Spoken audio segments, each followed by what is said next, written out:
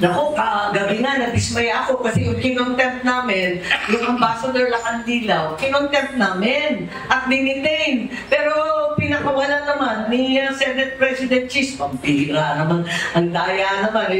Hindi katanggap-tanggap para kay Senador Amy Marcos, chairperson ng Senate Committee on Foreign Relations, ang 2 araw lang na Senate detention na ipinataw kay Ambassador Marcos Lacanilao, Special Envoy on Transnational Crime.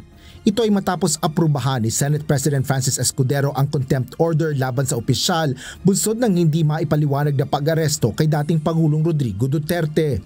Ayon sa senador, nakapagtataka naman ito kung ihahalin tulad sa ibang resource person na na-contempt.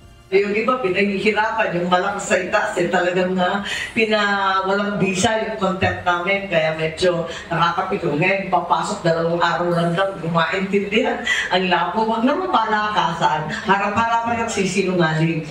Sa hiwalay na pahayag na inilabas ng senadora, sinabi nito na pagkatapos patawan ng komite ng direct contempt si Lacanilao, dapat sana ay agad itong idinitine dahil hindi naman kailangan ng show cause order batay sa Senate rules.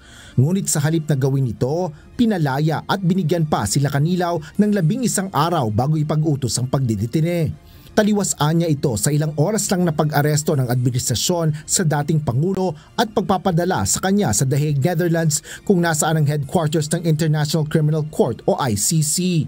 Binigyan din ng presidential sister na ito ay maituturing na adding insult to injury o pagpapalala ng sitwasyon.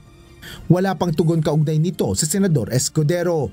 Kinumpirma naman ni Senate Secretary Renato Bantog Jr. na nasa maayos na kalagayan si Ambassador Lacanilao habang ito ay nasa ilalim ng kustodiya ng Senado. Mabuti rin ang kalusugan nito batay sa huling medical check-up niya ngayong araw at walang idinadaing ayon sa Senate Medical Director. Wala rin naman anyang hinihiling ang embahador habang nakadetine ito sa Senate Custodial Facility. Asher Cadapan Jr., UNTV News and Rescue. Diyos ang aming sandigan, serbisyo publiko ang aming pinahalagahan.